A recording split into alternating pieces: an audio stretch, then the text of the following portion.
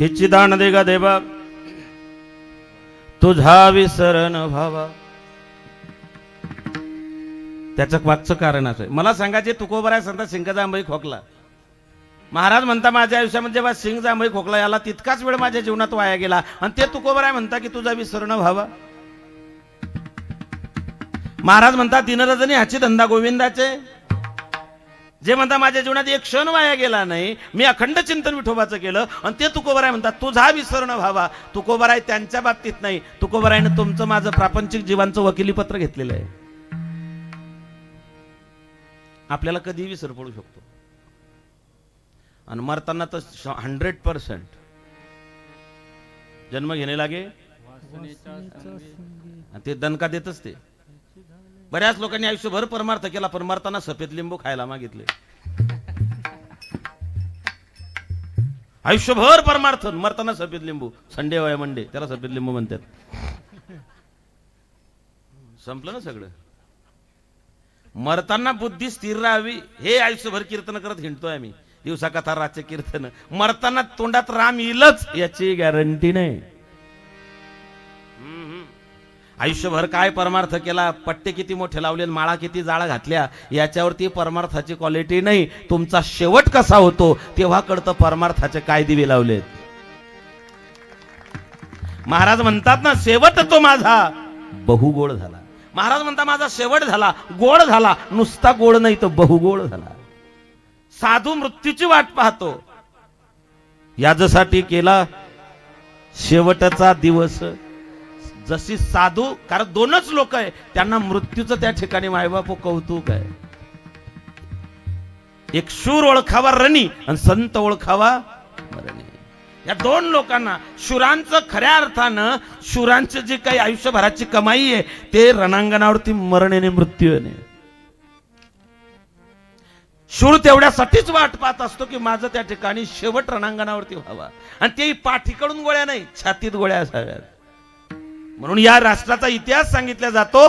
दस दस को एकने मारा गिर गए होश गवा के. थी खून से लथपथ काया फिर भी बंदूक उठा के दस दस को एकने मारा गिर गए होश गवा के. थे धन्य जवान वो अपने, थी धन्य वो उनकी जवानी जो शहीद हुई है उनकी जरा याद करो कुर्बानी. स्वातंत्र्य आम्हाला सहज मिळालेलं आहे आम्हाला.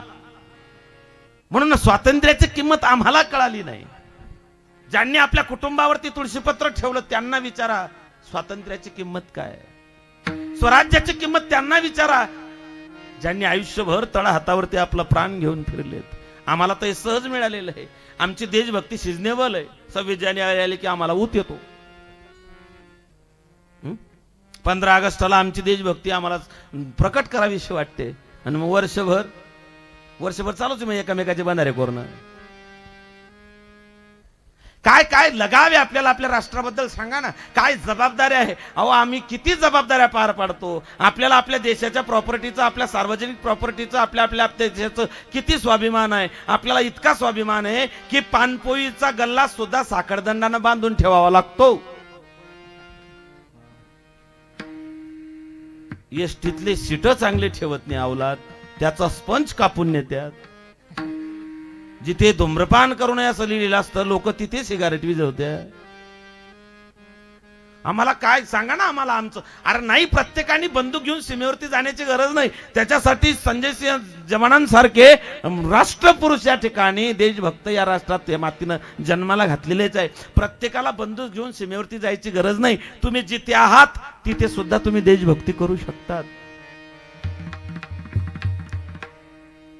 फक्त जाणीव ठेवा हा देश माझा याचे भान जरासे राहू द्या रे, जरासे राहू द्या रे.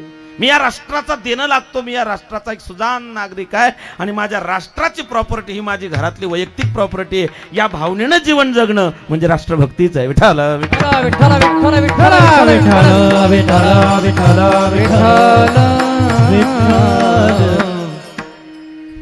तुकोबरायांनी आयुष्यभर कधी देवाकडे कधी मागितलं नाही.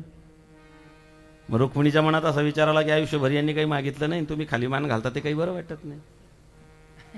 जगाचा मालक माझा नवरा आणि तुकोबर राहिले की खाली मान घालता थोडंसं रॉंग वाटतं ना. अहो म्हणले तुम्ही तुकोबारांच्या समोर मान झोकवताय काही बरं वाटत नाही. अगं म्हणले कर्ज आहे त्यांचं आपल्यावरती. म्हणले मग देऊन टाका ना. पण त्यांनी मागितलं तर पाहिजे, ते मागत नाही ना. अहो म्हणले मी सांगते तुम्हाला की त्यांना काहीतरी मागायला लावा. म्हणले ते मागणार नाही, ते बाकीच्यांसारखे नाही, ते मागणार नाही आपल्याकडे. पण म्हणले तुम्ही मी सांगते ना तुम्हाला. म्हणले हे बघ ते मागणार नाही. आणि काही लोक कर्जाचं टेन्शन घेत नाही. आमच्या शेजाऱ्यावर एवढं कर्ज आहे, सगळी विकून टाकली प्रॉपर्टी तरी फिटणार नाही. तो अजिबात टेन्शन, खुशाल चेंडू सारखा फिरायचा. बायकोने सांगितलं हे बघा आपल्यावर एवढं कर्ज आहे, सगळं विकून टाकलं तरी आपलं कर्ज फिटणार नाही, तुम्ही अजिबात टेन्शन घेत नाही. तो म्हणलं टेन्शन घ्यायची काय गरज आहे. ती म्हणली मग तुम्ही काही तरतूद करून ठेवली का. तो म्हणलं नाही. म्हणले मग टेन्शन का घेत नाही. तो म्हणले पैसे परत द्यायचेच नाही तर टेन्शन घेते का. अशा निलाजऱ्या लोकांना काय कराल तुम्ही. बरं लोक विचित्र आहे ना हो. फक्त काय कोण कसा बुद्धीचा जोर कुठे लावीन सांगता येत नाही. इकडे ज्ञानोबराय सांगता बुद्धीचे वैभव, बुद्धीचं वैभव फक्त परमात्माच आहे. लोक त्याचा कोटी वापर करतात सांगता येत नाही. कर्ज बुडवणाऱ्यांना फक्त निमित्त पाहिजे. खरं चालला भाऊ. विठ्ठल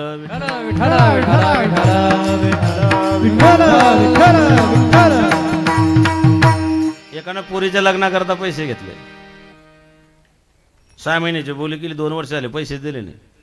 2 वर्षांना गाठ पडली. तो म्हणलं का रे तुला लाजही वाटत नाही, तुला शरम नाही. 6 महिन्यात मी पोरीचं लग्न होतं, लेकीबाडीचं लग्न म्हणून तुला मदत केली, मी चूक केली का. काय झालं. म्हणले ते पैसे देऊन टाक ना. अरे म्हणले व्याजासहित देतो. म्हणले मग दे. म्हणले दाढी करून येऊ दे. तितक्यात लोक जमा झाले. आणि गर्दी जमा व्हायला वेळ लागत नाही. फक्त कळालं पाहिजे नेमकी गर्दी कोणाची आहे. गर्दी कुठेही जमा होते, फक्त गर्दी कळाली पाहिजे. तुम्हाला अनुभव घ्यायचा का. फक्त पुलावरती उभे राहा, मोटरसायकल लावून द्या, आणि कोणाची गाडी येताना पान फक्त खाली असं डुकून बा. ते आले की विचार काय झालं. तुम्ही इतकंच सांगा कोणीतरी पडलं म्हणतात बुवा. अर्ध्या तासात ट्रॅफिक जाम होत. इथे गर्दी जमा व्हायला वेळ नाही लागत हो. आणि भांडण असलं तर मग तर आमंत्रण देणं पडत नाही. लोक खाता खाता जातात. काय झालं घरी शिल्लक काहीच झालं नाही तिथे. कथेला येणार नाही, कीर्तनाला येणार नाही, भांडणं उद्या. लोक जमा झाले. म्हणले काय झालं. म्हणलं काय होईल. 6 महिन्याची बोली केली, पैसे घेऊन गेला, पोरीच्या लग्नाला मी मदत केली, याला नालायक माणूस, व्याजही देत नाही, मुद्दलही देत नाही, मी लोकांकडून पैसे त्या ठिकाणी घेतले, याचं मी वेळेवर काम केलं. ते म्हणले अहो तुम्ही चांगले माणसं, सज्जन माणसं, कशाला ते पैसे टाकले, देऊन टाका. म्हणले मी कुठे म्हणतो देत नाही. म्हणले त्याला सांगितलं दाढी करून येऊ दे, पैसे देतो. ते म्हणलं का तो देतो ना. म्हणले हल्ला बाळा माणूस हो, याचा कुठे तुम्ही भरोसा ठेवता, हा कशाला देत. तो म्हणला तुम्हाला खोटं वाटतं का, आपण स्टॅम्पवर लिहून देतो. त्याने स्टॅम्पवर लिहून दिलं. व्याजा सकट रक्कम जे काय असेल तुमची ती दाढी करून आल्यानंतर तुम्हाला परत करेल तुमचा विश्वासू XYZ. दिला त्याच्यात स्टॅम्प. म्हणले घे स्टॅम्प. त्याने स्टॅम्प घेतला. तो म्हणे जा दाढी करून ये. तो म्हणला तू कोण सांगणार मला दाढी करून ये, मी 20 वर्षांना दाढी करीन.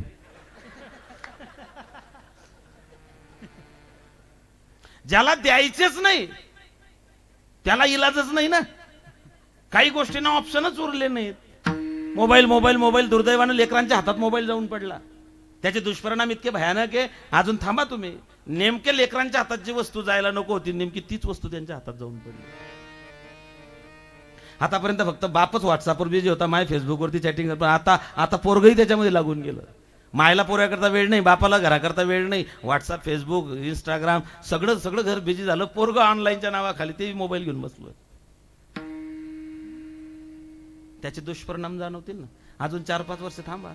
या मोबाईलमुळे तुम्हाला अजून 4-5 वर्षांना प्रत्येक गल्लीमध्ये 4-5 येडे लोक सापडतील. ते रस्त्यानं चालताना फक्त असंच करतील.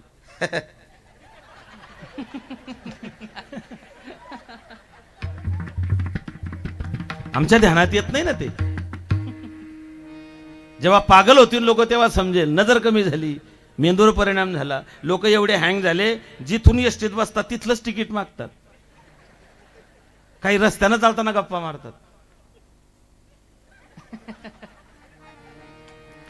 आणि त्या बुद्धीला स्थिर करण्याकरता या धर्ममंडपा व्यतिरिक्त दुसरं कोणतंच साधन नाही. माणूस जो हँग झालेला आहे ना, त्याला स्थिर फक्त इथेच तो होऊ शकतो. इतरत्र त्याला कुठेच शांती नाही. आता कुठे धावे मन. तुमचे चरण, आणि ते चरण इथे 8 दिवसापासून आहे, जेथे कीर्तनाची जागा, माझे भक्त गाती जेथे, जिथे भगवान परमात्म्याचं चिंतन आहे त्या ठिकाणी भगवान उभा आहे, आणि तो जिथे उभा आहे तिथे त्या ठिकाणी चित्ताला त्या ठिकाणी स्थिरता आणि शांती. विठ्ठल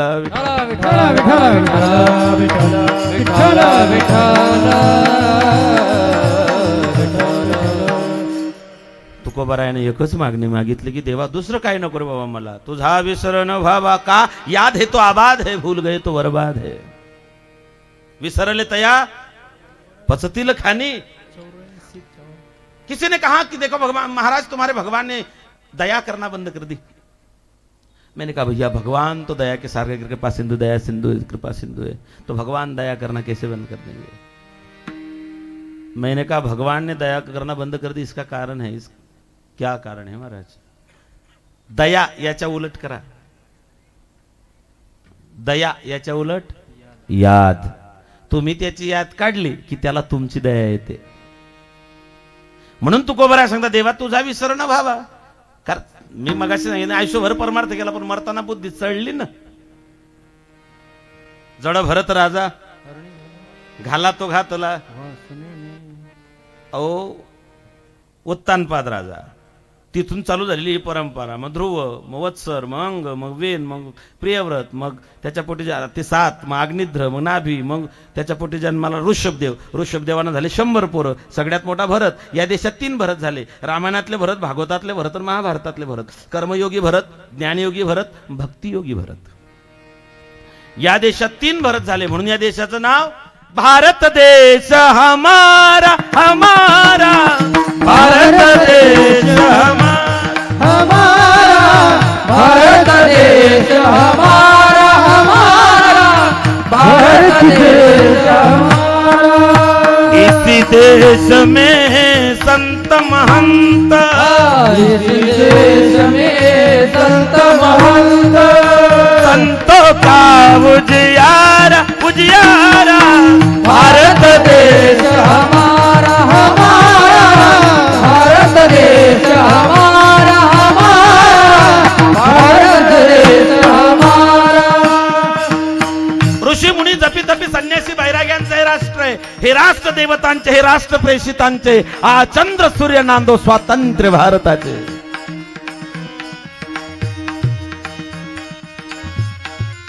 विजयी विश्व तिरंगा प्यारा, झेंडा उंचा.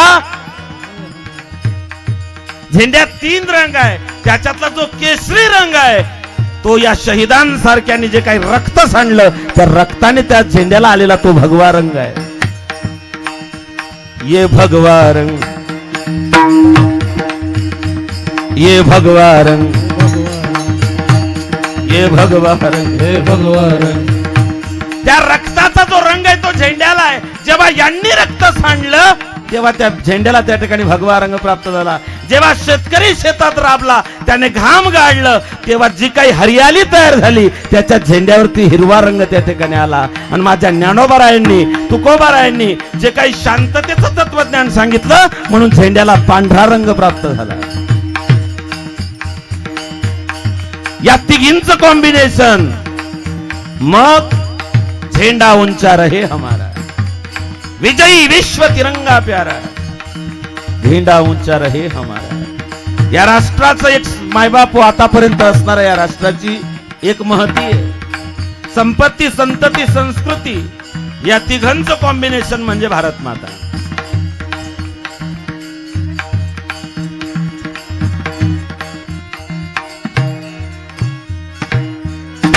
तीन भरत झाले, त्या भरताच्या नावावरतून याचं नाव पडलं भारत.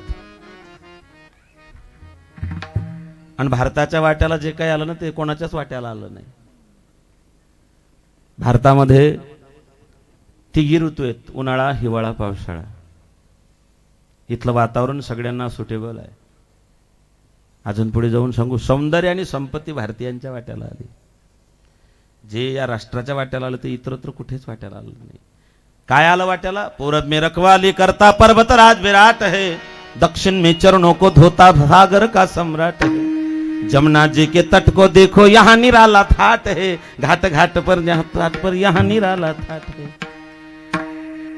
पूरब में रखवाली करता पर्वतराज विराट है, दक्षिण में चरणों को धोता सागर का सम्राट है. तिघी ऋतू या राष्ट्रात आहे. उन्हाळा आहे, हिवाळा आहे, पावसाळा आहे. जगामध्ये सगळीकडे कोरोनानं थैमान घातलं. सगळ्यात जास्त रिकव्हरी रेट भारताचा होता. काय कारण होतं? लोकांना थंडी सहन करायची कॅपॅसिटी आहे, पावसात राहायची कॅपॅसिटी आहे आणि ऊन सहन करायची कॅपॅसिटी आहे. तिघी ऋतू आहे ना आपल्या राष्ट्रात. काही देशांमध्ये वर्षभर उन्हाळा आहे, काही राष्ट्रामध्ये वर्षभर हिवाळा आहे, काही राष्ट्रामध्ये वर्षभर पावसाळा आहे.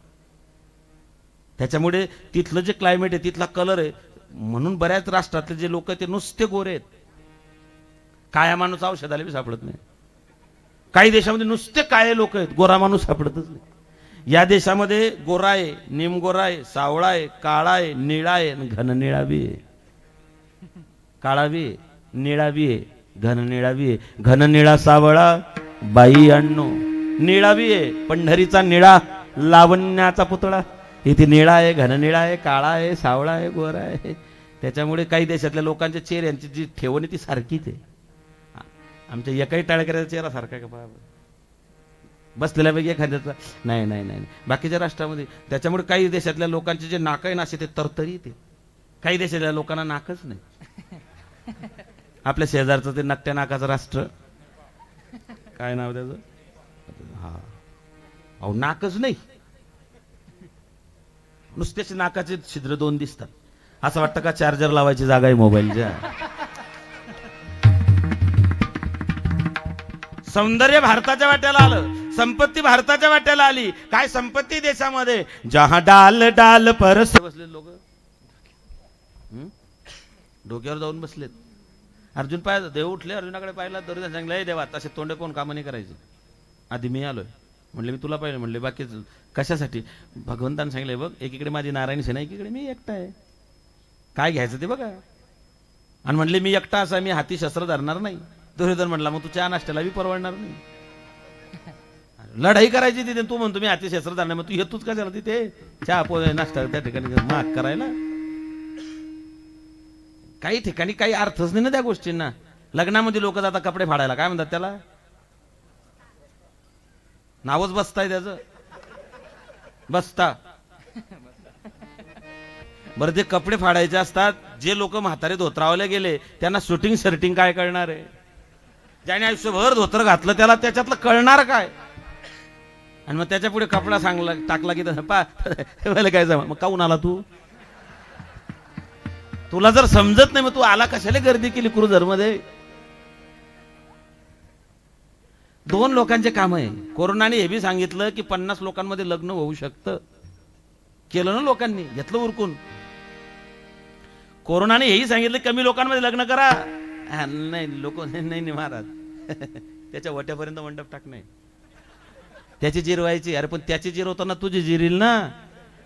पूर्वीचा काळ होता पाणी अडवा पाणी जिरवा, आता काळ आहे त्याला अडवा त्याची जिरवा.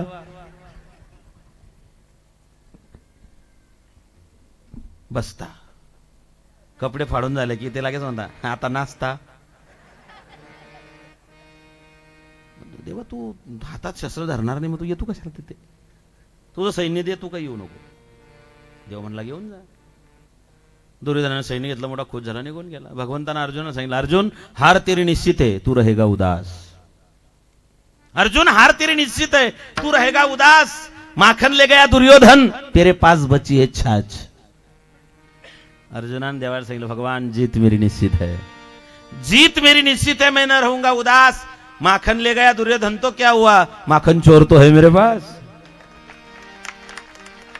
अरे एक तू ना मिले सारी दुनिया मिली तो क्या. जीवनात एकच पाहिजे, आपुला तो एक देव करून हवा. देव आपलं करा, विजय तुमचाच आहे. विठ्ठल विठ्ठल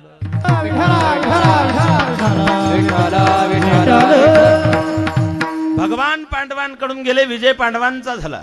ऐका आता, 65 मध्ये पाकिस्तानने घुसखोरी केली भारतात. तसं या नालायकांनी 4 वेळा आक्रमण केलं, पाठीत खंजर खुपसला. पण आपण आपले लोक म्हणजे सहिष्णू वृत्तीचे, भारतीय म्हणजे सहिष्णू. आपला देश म्हणजे अतिथी देवो भव, धर्मशाळा अतिथी देवो भव. आणि आपल्या देशात जेवढे अतिथी आले तेवढे सगळे गळे कापू अतिथी आले. आम्ही त्यांना इथे राहण्याची व्यवस्था करतो, त्यांचे आधार कार्ड पॅन कार्ड काढून देण्याचा प्रयत्न करतो, त्यांची राहण्याची व्यवस्था सगळी आम्ही करतो. कशासाठी? मतांच्या जोगव्यांकरता. मला वाटतं मतांच्या भिकारचोट धंदा या देशाव्यतिरिक्त बाहेर कुठेच होत नसेल. अरे देशाचं सुरक्षा सुद्धा तुम्ही त्या ठिकाणी डावाला लावून टाकतात. स्वार्थानं माणूस इतका आंधळा होतो की माय आणि मातृभूमी सुद्धा विकायला मागे पुढे पाहत नाही. रावणानं लंकेची तटबंदी अशी केली होती की मारुतीराया डासा एवढं रूप घेऊन लंकेत घुसले तरी पकडले गेले. आमच्या देशात दिवसा ढवळ्या अतिरेकी घुसतात, आमच्या सैनिकांना गोळ्या घालतात. 60 वर्ष तर असंच चाललं देशात, जान देवनं जान देवनं जान देवनं, अपने गली में तो तकलीफ नाही जान देवनं. सांगितलं होतं या गालात मारली की दुसरा गाल पुढे करायचा. नाही, तो धंदा बंद झाला आता. तुम एक मारोगे हम आपके 10 मारेंगे. हा पूर्वीचा भारत नाहीये, हा 60 वर्ष अगोदरचा भारत नाहीये. हा 60 वर्ष अगोदर जे चाललं स्वातंत्र्यापासून 60 वर्षापर्यंत चाललं तो देश नाही. ये भारत है, ये घर में घुसेगा भी और मारेगा भी. हा घरात घुसून मारणार आहे. उरीचा हल्ला झाला. या राष्ट्राचं त्या ठिकाणी असणारं नेतृत्व कच खाऊ नेतृत्व नव्हतं, स्ट्रॉंग नेतृत्व होतं. पाकिस्तानाला धडा शिकवण्याचं ठरवलं. पंतप्रधानांनी त्या ठिकाणी संरक्षण मंत्रालयाची मीटिंग घेतली आणि सांगितलं यांच्या नांग्या ठेसल्याशिवाय जातो जमणार नाही. लातो की भूत बातोस नाही मानते. जानदेवनं किती दिवस करायचं? घरात घुसा. Surgical strike. घुसले ना घरात घुसून आणले. ते आणले, त्यांचा पुडका इथल्या काही नालायकांना आला. ते हल्ले करू शकतात, ते या देशामध्ये बॉम्बस्फोट करू शकतात, कारण इथले काही नमक हराम त्यांना भेटलेले आहेत. हे जे शहीदांचं रक्त सांडलं यांना दोष फक्त अतिरेक्यांचाच नाही, या देशात राहून या देशाचं जे खाऊन जे अतिरेकी धंदे करतात त्यांना ओळखणंही गरजेचं आहे. आणि हमें तो अपनों ने लूटा. आप गैरों की बात करते, हमने तो अपने भी आजमाए. लोग कांटों से बच के चलते, हमने तो फूलों से जख्म खाए. आम्हाला आमचे जास्त घातक आहे. ज्ञानोबारांच्या झोडीत दगड टाकणारे कोण? आपलेच. तुकोबारांचा गाथा बुडवणारे कोण होते? शिवाजी महाराजांना त्रास देणारे कोण? संभाजी महाराजांना तळ कोकणात पकडून देणारे कोण? राम मंदिराला विरोध करणारे कोण? आणि गावातला सप्त्या बंद पाळणारे कोण? ते पुण्यात्मे आपलेच. ते नालायक धंदे आपलेच करतात. काय गरज आहे सप्त्याची? नको रे. येणाऱ्या पिढीला त्याचा वारसा जपावा लागेल ना, टिकवावा लागेल. चांगला ऐकण्याकरता एवढं एकच त्या ठिकाणी शिल्लक उरलेलं माय बापू. घुसखोरी केली भारतात. भारताचे पंतप्रधान होते दिवंगत लाल बहादूर शास्त्री. नावासारखेच बहादूर होते. 4.5 फुटाची मूर्ती होती. पांढर शुभ्र धोतर, 15-17. आणि शास्त्रीजी तेव्हा सीमेवरती गेले होते. आणि शास्त्रीजी सीमेवरती गेले. शास्त्रीजींनी सांगितलं होतं, भारत मातेच्या वीर जवानांनो, माझ्या भारत मातेच्या सुपुत्रांनो, विजय आपलाच होईल. संबंध शास्त्राचं सार भगवद्गीता, आणि भगवद्गीता सांगते जिकडे सत्य आहे तिकडे परमात्मा आहे, जिकडे परमात्मा आहे तिकडे विजय आपलाच होईल, कारण आपण सत्याच्या बाजूने. म्हणून या देशाचं ब्रीद वाक्य आहे सत्यमेव. तेव्हा शास्त्रीजींनी घोषणा दिली होती, जय जवान. ही शास्त्रीजींची घोषणा होती. तिथे शास्त्रीजी बोलले होते. आणि शास्त्रीजी असं बोलल्यानंतर पाकिस्तानचा जो लष्कर प्रमुख होता अय्यूब खान, ताडमाड 6.5 फुटाचा, आणि तो नालायक त्यावेळेस बोलला होता की धोती वाले क्या लढेंगे. त्याला असं वाटलं, लोकांना अजून बी असं वाटतं, जो नेसतो धोतर त्याला काय कळतं फोतर. धोत्रावाल्यांचा नाद करायचाच नाही. सगळे परवडले. कार्यक्रमच. उत्तर प्रदेशच्या मुख्यमंत्रीपदी एक भगवा संन्यासी मुख्यमंत्री झाला. उत्तर प्रदेशच्या मुख्यमंत्रीपदी एक भगवा संन्यासी मुख्यमंत्री झाला. मग तुम्ही म्हणाल महाराज काय बदल झाला? काय बदल झाला? योगी आदित्यनाथ यांनी मुख्यमंत्री पदाची शपथ घेतली आणि दुसऱ्या दिवशी उत्तर प्रदेशातले 120 गायींचे कत्तलखाने बंद पडले. ही क्रांती साधूंची. आणि आज एक मंत्रिमंडळातला एक मंत्री बोलला, की सगळ्यात त्या ठिकाणी जर खतरनाक असतील तर साधू. आजचं स्टेटमेंट आहे मिलियन लोकमतला. अरे हा देश साधू संतांचा आहे, राष्ट्रभक्तांचा आहे. तुमचं डोकं ठिकाणावर आहेत का? एक चुकला असेल मान्य, एखादी चुकला असेल, एखाद्याच्यातून चुका झाल्या असतील म्हणून सगळ्या साधू समाजाला तुम्ही त्यांच्या शिव्या काढतात. एक ध्यानात ठेवा, ज्या ज्या वेळेस साधू संतांना त्रास झाला, ज्यांनी ज्यांनी दिला त्यांचा सत्यानाश झाला. आतापर्यंतचा इतिहास गवाह आहे. आतापर्यंत इतिहास गवाह आहे त्याला. चुकला असेल, एखादी साधू झाला असेल, आणि जो चुकला तो साधू असूच शकत नाही. साधूच्या हातून चुका होतच नाही. तो फक्त साधूच्या वेशात असला पाहिजे, तो साधू असू शकत नाही. साधू कधी चुकत नाही. मायबाप. आणि मग तो म्हटला होता धोतीवाले क्या लढेंगे. 65 मध्ये असे हाणले त्यांना, असे ठोकले नालायकांना. मग त्यांनीच पांढरे झेंडे दाखवले. आता थांबवा, आता लई मार खाल्ला. मग ताशकन करार ठरला आणि ते शास्त्रीजी गेले. तो अय्यूब खानही आला. मग दोघांचं शेक हँड होतं. सगळे चॅनलचे कॅमेरे समोर होते. आणि मग शास्त्रीजींनी त्या अय्यूब खानाचा हात आपल्या हातात घेतला आणि मग त्याला म्हटलं होतं, क्यों जनाब, अब तो आप जान चुके होंगे कि धोती वाले भी लड़ सकते हैं. ऐका यश, श्री, औदार्य, ज्ञान, वैराग्य, ऐश्वर्य हे 6 गुणवर्य वस्ती जेथे, म्हणून तो भगवंतू. म्हणून देवा गुण गायेना आवडी, हेची माझी सर्व जोडी जोडी. म्हणजे लाभ, फायदा, बेनिफिट. माझ्या जीवनातला सगळ्यात मोठा लाभ फायदा जर असेल तर त्या ठिकाणी तुझे गुणानुवाद. माझी वाणी तुझे वर्णे गुणनाम, ऐसे देई प्रेम काही कळा. मग काव तुकोबराय, गुणानुवाद गाऊन भागत नाही, पोट भरत नाही. अजून काही मागायचं असेल तर मागून घ्या. तुकोबराय म्हणतात तुझं मुक्ती नको, धन नको, संपदा नको. मग तुम्हाला पाहिजे काय? 3ऱ्या चरणात न लगे मुक्ती धन संपदा, न लगे मुक्ती धन संपदा, न लगे मुक्ती धन संपदा, न लगे मुक्ती धन संपदा, न लगे मुक्ती धन संपदा, न लगे मुक्ती धन संपदा, न लगे मुक्ती धन संपदा, न लगे मुक्ती धन संपदा.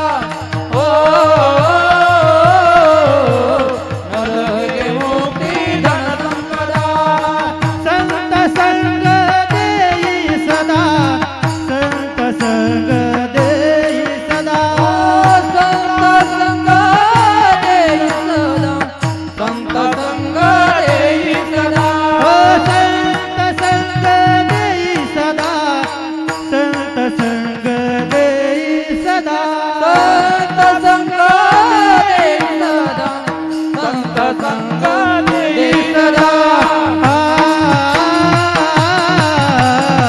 गुण गाईन आवडी, गुण गाईन आवडी, गुण गाईन आवडी, गुण गाईन आवडी. न लगे मुक्ती, न लगे धन, न लगे संपदा, संत संग देई सदा. मुक्ती तुका म्हणे मुक्ती परण नवरे. आता दिवसचारी खेडीमेडी मोक्षपद तुझ केली या कारणे आम्हा जन्म घेणे योगायोगी. मोक्ष आम्हा घरी कामारी येतासी, होय सांगोयसी तुका म्हणे. तुझं मुक्ती नको बाबा. धन तुका म्हणे धन, धनासाठी देती प्राण. संपदा तुका म्हणे ज्याची संपदा एवढी. केवढी? लय मोठी होती. आपल्याकडे काहीच नाही. 7 कोटी घर शुद्ध सोन्याचे होते त्याचे. काशाच्या तांब्याच्या दगडाच्या विटेमध्ये चिरेबंदी जाऊ द्या. 3-3 हाताच्या ओतीव सोन्याच्या भिंती होत्या रावणाच्या. आपला 2 BHK आणि 3 BHK कुठे लागतो? अपार्टमेंट सिस्टीम, ब्लॉक सिस्टीम आपला टायाच नाही.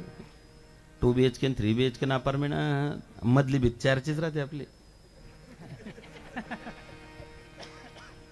इकडून जर गंगूमायानं खेळा ठोकला ना तर सकुमाईच्या किचन मध्ये निघतो. सकुमाईनं तेलाची केटली टांगली, गंगूमायानं खिळा काढून घेतला, तेल सांडून गेलं तिथं. एवढी संपदा होती त्याची. संसाराचा नियम असा आहे, कोठे काही निय काही एक नाही. जगाचा बाप जिच्या जवळ होता ना तिच्या डोळ्यात सोन्याचं हरिण आलं. योगी यांच्या ध्यानी ध्यातना तुळशी तो आम्हापाशी मागे पुढे. जगाचा बाप जिच्या जवळ होता तिच्या डोळ्यात सोन्याचं हरिण आलं. काय गंमत आहे बा.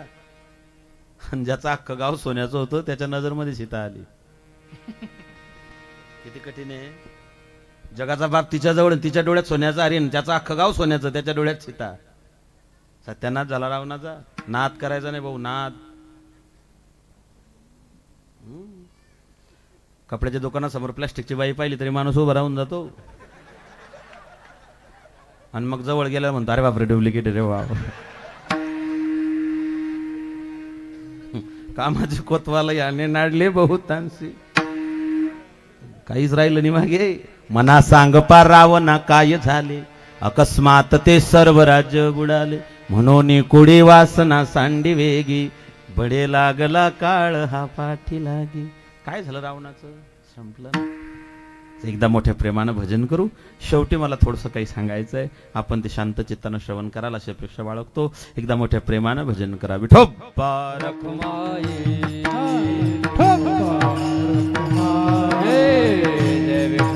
टाळे टाळे टाळे. सबंध महाराष्ट्रात तुम्ही दिसतायत. हात वरती करून एकदा मोठ्या प्रेमानं टाळे वाजून भजन करा.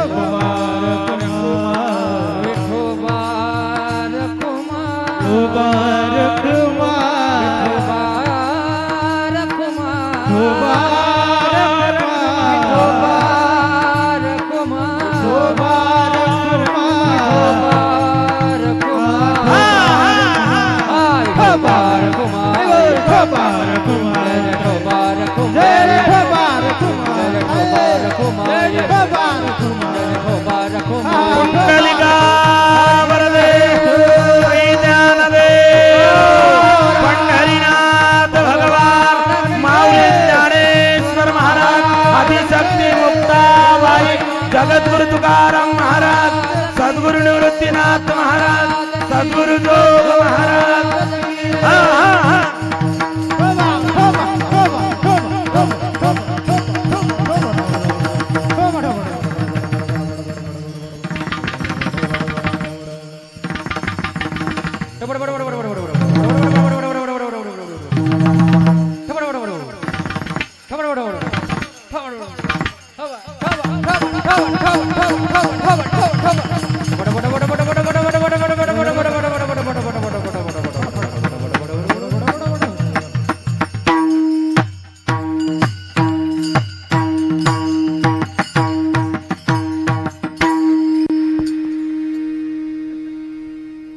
चिदान देगा देवा तुझा विसरण भावा गुण गाई नावडी याचे माझे सर्वजोडी मग गुण गाई नावडी याचे माझे सर्वजोडी. ठळक बातम्या संपल्या. मायबाप, हा जो कार्यक्रम आहे येथे एका माऊलीनं आपल्या कपाळाचं कुंकूस देशासाठी समर्पित केलेलं आहे. लेकराने आपल्या आयुष्यभराचा आधार, त्याला आधारवळ म्हणतात, पितृछत्र म्हणतात, ते समर्पित केलेलं आहे. एका आईने आपलं लेकरू, बापानं आपलं लेकरू दिलेलं आहे, बहिणीने आपला भाऊ दिलेला आहे. हे सगळं बलिदान यांनी केलं तेव्हा हा मंडप या ठिकाणी सजलेला आहे. मी बोलेल तुम्ही ऐकाल, आपण भावनिक व्हाल, कीर्तन आटोपलं की निघून जाल. पण ती जी झळ आहे, जे यातना आहेत, जे कष्ट आहेत, जे दुःख आहेत, जे आयुष्यभराचं जे काही त्या ठिकाणी न्यूनता निर्माण झाली, पोकळी निर्माण झाली ना जीवनातून, ती शब्दांच्या वागजाडांनी कधीच पूर्ण होत नसते. आपलं कोणी गेलं नाही ना. ज्यांचा भाऊ, ज्यांचा पती, ज्यांचा बाप, ज्यांचा मुलगा गेला त्यांना विचारा. सीमेवरती लढताना कुणाची आई हॉस्पिटलमध्ये ऍडमिट आहे, कुणाच्या बापाच्या अस्त्या आहेत की माझा मुलगा घरी येईल, सीमेवरतून येईल, माझ्या अस्थी पाण्यामध्ये गंगेमध्ये समर्पित करेल. एखाद्याची बहीण वाट पाहते की माझा भाऊ येईल, माझ्या लग्नाला येईल. तिच्या हातावरची मेहंदी तशीच आहे. लेकरा आस लावून त्या रस्त्यावरती डोळे लावून बसलेले आहेत. बाबा येतील, 6 महिने झाले बाबा आले नाहीत. फोनवरती बोलणं होत नाही, रेंज राहत नाही, आवाज क्लिअर येत नाही. बापाचा आवाज ऐकायला कान तरसलेले असतात. माईची सगळी नजर बापाच्या त्या आगमनाकडे असते. म्हाताऱ्या मायबापांचे डोळे लेकराकडे लागलेले असतात. लेकरांना वाटतं बापाने यावं, वेळ द्यावा, महिनाभर राहावं, आम्हाला खेळवावं. लेकरांनाही असं कधी कधी वाटतं की काय असा बाप देवा आमच्या पदरामध्ये पाडून गेला. बाकीच्यांचे बाप येतात, अंगा खांद्यावर खेळवतात, कपडे आणतात, खाऊ आणतात, त्यांना शाळेमध्ये जातात, पालक मिटिंगला हजेरी लावतात, जे मागितलं ते देतात, यात्रा आहेत, बाजार आहेत, खेळणे आहेत, सगळं पुरवतात. आमच्या बाबांनी यावं, आम्हाला वेळ द्यावा, आम्ही त्याच्यासोबत राहावं, फिरावं. या देशामध्ये त्याग, बलिदान, समर्पण इज इक्वल टू भारतीय नारी. जब जनकर जाय सिपाही तो खुद सजनी तिलक लगाय. या राष्ट्रामध्ये जेव्हा पती सीमेवरती जातो ना, तर या राष्ट्रातली माय माऊली आपल्या हातानं कुंकुम तिलक करते की जा. पूर्वी जेव्हा लढाई करण्याकरता सैनिक निघायचे, पत्नी पंचारती घेऊन ओवाळून त्यांना हसत हसत त्या ठिकाणी निरोप द्यायची. सईबाई आजारी होत्या, अफजल खानाचं आक्रमण झालेलंच होतं, शेवटच्या घटका मोजत होत्या. राजे प्रतापगडावर जाण्याच्या आधी एकदा सईंना भेटायला गेलेत. सई अंथरुणाला खिळलेल्या होत्या, डोळ्याखाली काळे वर्तुळ पडले होते, पोटपाठीला भेटायला गेलं होतं, क्रुश झालेलं शरीर सईबाईंचं. 2 वर्षाचा शंभू बाजूला उभा होता. राजे गेले, सईंचा हात आपल्या हाती घेतला. आणि या जगात हृदयाला पीड पाडणारे फक्त 2च नाते आहेत, एक आईचं, दुसरं पत्नीचं. आईचं प्रेम जग जाहीर आहे, पण पत्नीच्या जीवनात जो त्याग आहे ना, त्यालाही तोडणे माय बाबा. उभं आयुष्य समर्पित होतीच. अरे कपाळ माझं पण कुंकू तुझ्या नावाचं, गळा माझा मंगळसूत्र तुझ्या नावाचं, पाय माझे पण पायातले पैंजण तुझ्या नावाचे. आयुष्यभर तुझ्या आवडीनच, तुला आवडणारा कलर, तुला आवडणारी भाजी, तुला आवडेल तसंच, तुला आवडेल तेच. इतका त्याग आहे ना माय, फक्त तुमचाच आहे, जगात कुठेच नाही. म्हणून देवांना सुद्धा तुमच्या पोटी जन्म घेण्याची इच्छा होते. इतका मोठा अधिकार आहे तुमचा. सईंचा हात राजाने हाती घ्यावा. हात थंडगार पडला होता. अरे माझा राजा कधीच रडला नाही. सईंच्या डोळ्यातले अश्रू पाहिले, राजे खचले आणि सांगितलं, सई खरं तर या अवस्थेत आम्ही तुझ्याजवळ थांबायला पाहिजे होतं, पण राष्ट्र आहे, स्वराज्य आहे, एवढं मोठं उभं केलंय, जावं लागेल ना सई. सईबाईंनी म्हटलं की राजे मला नाही वाटत, मी नाही म्हणत की तुम्ही माझ्याजवळ थांबावं. राजे मायभूमी आणि माता संकटात आहे, तुम्हाला जावंच लागेल. पण राजे एक विनंती आहे, 2 वर्षाचं लेकरू आहे माझा संभा, मायवाचून पोरकं होईल, मायवाचून पोरकं झालेलं लेकरू तुमच्या सोबत तुमच्या जवळ टाकून जाते राजे. आणि सुभाषितकार सांगतात, तरुणपणामध्ये लेकराची माय मरू नये.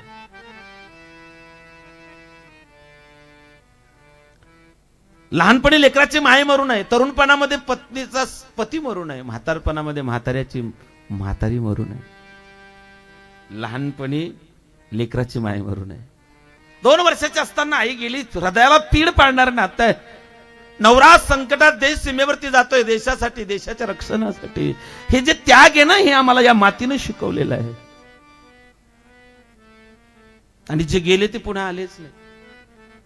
जे देशासाठी लढले ते अमर हुतात्मे झाले. सोडिला सुखी संसार, सोडिले सुखी घरदार, ज्योती समजीवन जगले ते अमर हुतात्मे झाले. बापाला विनंती करायची की बाबा लवकर येत जाओ, लय लय उशीर होतो, लय लय वाटतं हो तुमच्यासोबत बोलावं. सारखा फोन कट होतो, बोलणं नाही होत, मन नाही भरत, यावं तुम्ही. या 44 जवानांमध्ये असे काही होते, काहींचं दुसऱ्या दिवशी रजा होती, काही दुसऱ्या दिवशी घरी येणारे होते, काही बहिणीला भेटायला जाणार होते, काहींच्या लेकरांचं ऍडमिशन त्यांच्याकरता खोळंबून पडलेलं होतं, काहींची म्हातारी माय ऑपरेशनसाठी थिएटरमध्ये त्याची वाट पाहत होती की माझा मुलगा येईल, सीमेवरतून येईल, मला भेटेल. काहींनी संध्याकाळी बापाला फोन लावला की पप्पा उद्या येताय ना. म्हटलं बेटा सगळं पॅकअप झालेलं आहे, बॅग भरलेली आहे, सगळं तयारी आहे, बस सकाळी 5 वाजता ड्युटी आटोपली की घरी निघतोय पहिल्याच गाडीनं. लेकरांना गल्लीत कुठून सांगावं, ओरडून सांगावं, मायला सांगावं आई बाबा येत आहेत, आजोबा पप्पा येत आहेत, गल्लीत सांगावं माझे बाबा येणार आहेत, मला शूज, मला कपडे, मला खाऊ, मला सगळ्या गोष्टी येणार आहेत, देणार आहेत. संध्याकाळी बोलणं झालं आणि सकाळी जेव्हा फोन येतो की तुझे बाबा शहीद झाले रे. शहीद या शब्दांचा अर्थही लेकरांना कळत नाही. त्या लेकराने मायला विचारावं की आई शहीद म्हणजे काय ग. आईने सांगावं बाबा शहीद म्हणजे तुझे बाबा आता आपल्याला कधीच दिसणार नाही. ज्याचा होता ना त्याने नेला. भगवान रामरायाने म्हणावं, अपि स्वर्णमय लंकान्नमय लक्ष्मण रोचते, जननी जन्मभूमी स्वर्गादपि गरी असे. माय आणि मातृभूमी स्वर्गापेक्षा श्रेष्ठ असते ना. या कीर्तनाच्या माध्यमातून माझ्या तरुण भावांना एकच विनंती आहे, अरे आपण जगायचं आहे ना तर देवासाठी, देशासाठी किंवा धर्मासाठीच. बाप स्वाभिमानानं सांगू शकेल, माझं पोरग देशासाठी शहीद झालो. सौरभ कालिया, काय वय होतं या माणसाचं, सौरभ कालिया शहीद झालेत 99च्या कारगिल वार मध्ये. नचिकेत तरुण, सौरभ कालिया तरुण, कॅप्टन अजय आहूजा एकदम तरुण, 28 वर्षाचा तरुण. या लोकांनी आपलं सगळं अस्तित्व या राष्ट्रासाठी दिलं. या देशातलं भवितव्य या तरुणांवरती अवलंबून आहे. आणि हा देश सुरक्षित आहे जोपर्यंत शहीद संजय सिंह राजपुतांसारखे वाघ या मातीत जन्म घेतील, तोपर्यंत या सीमेकडे कोणी वाकड्या नजरनं पाहू नाही शकत. उस मुल्क की सरहद को कोई छू नहीं सकता जिस मुल्क की सरहद की निगहबान है आंखें. जिथे रात्रंदिवस डोळ्यामध्ये तेल घालून या मातेचं संरक्षण करणार आहेत. अरे वारसा खूप मोठ्यांचा आहे आम्हाला. या राष्ट्राला वारसा आहे, राजस्थानामध्ये वारसा आहे महाराणा प्रतापांचा, महाराष्ट्राला वारसा आहे छत्रपतींचा. देखो अपना रजपुताना नाजी से तलवारों पे, इन्होंने अपना जीवन काटा बरछी तीर कटारों पे. ये प्रताप का वतन पला है आजादी के नारों पे, कूद पड़ी थी जहां हजारों पद्मिनियां अंगारों पे. बोल रही है कनकन में कुर्बानी राजस्थान की, इसमें टेसे तिलक करो ये धरती है बलिदान की. राजा रतन सिंह, राणी पद्मिनीचं रूप अल्लाउद्दीन खिलजीने बघितलं, सौंदर्याच्या चर्चा ऐकल्या.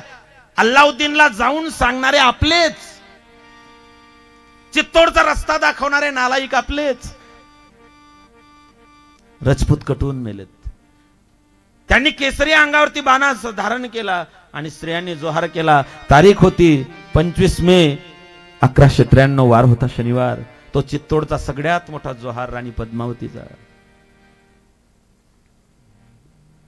कूद पडी ती जहां हजारो पद्मिनी अंगारो पे. महाराणांनी जीवनाच्या शेवटी गवताच्या बिया खाऊन जीवन जगलेत. कशासाठी? सर कटा सकते हैं लेकिन सर झुका सकते नहीं, अपनी आजादी को हम हरगिज मिटा सकते नहीं. भिल्लांची संघटना, सगळ्यांची संघटना घेऊन शेवटपर्यंत मातृभूमीला स्वातंत्र्य करण्याचं स्वप्न उराशी बाळगून राणा लढलेत. शेवटी राज्य गेलं मुघलांचं, आपले फितूर झाले, राज्य चितोड गेला. शेवटी जंगलामध्ये राहावं लागलं, गवताच्या बिया खाऊन जीवन जगलं. आयुष्यभर स्वाभिमानानं जगले, त्यांच्या वंशात आपण जन्माला आलो. महाराणांनी आयुष्यभर जे काही राष्ट्रप्रेम, महाराणांनी जे काही आयुष्यभर त्या ठिकाणी स्वातंत्र्य प्रेम दाखवलं, त्यांच्याच पावलावरती पाऊल ठेवून शहीद संजय सिंह राजपूत त्या ठिकाणी आपलं नाव आणि आपला बाणा त्या ठिकाणी सार्थ करून निघून गेलेत. तुमच्या माझ्यासाठी एक आदर्श आहे, तुमच्या माझ्यासाठी आयडल आहेत. तुमच्या माझ्यासाठी आयडल हे आहेत की ज्यांनी आयुष्यभर राष्ट्रासाठी, देवासाठी, देशासाठी, धर्मासाठी ताकी जिता रहे अपना हिंदुस्ता, तुम्ही आपण सुरक्षित राहावे यासाठी यांनी आपल्या लेकरा बाळांचा, आपल्या बायका पोरांचा, आपल्या भावाचा, आपल्या कुटुंबाचा त्या ठिकाणी त्याग केला मायबापो. आणि हसत हसत त्या ठिकाणी कर चले हम फिदा जानो तन साथियो, अब तुम्हारे हवाले वतन साथियो. तुमच्या ताब्यात, तुमच्या हवाले, तुमच्या ताब्यात देतोय.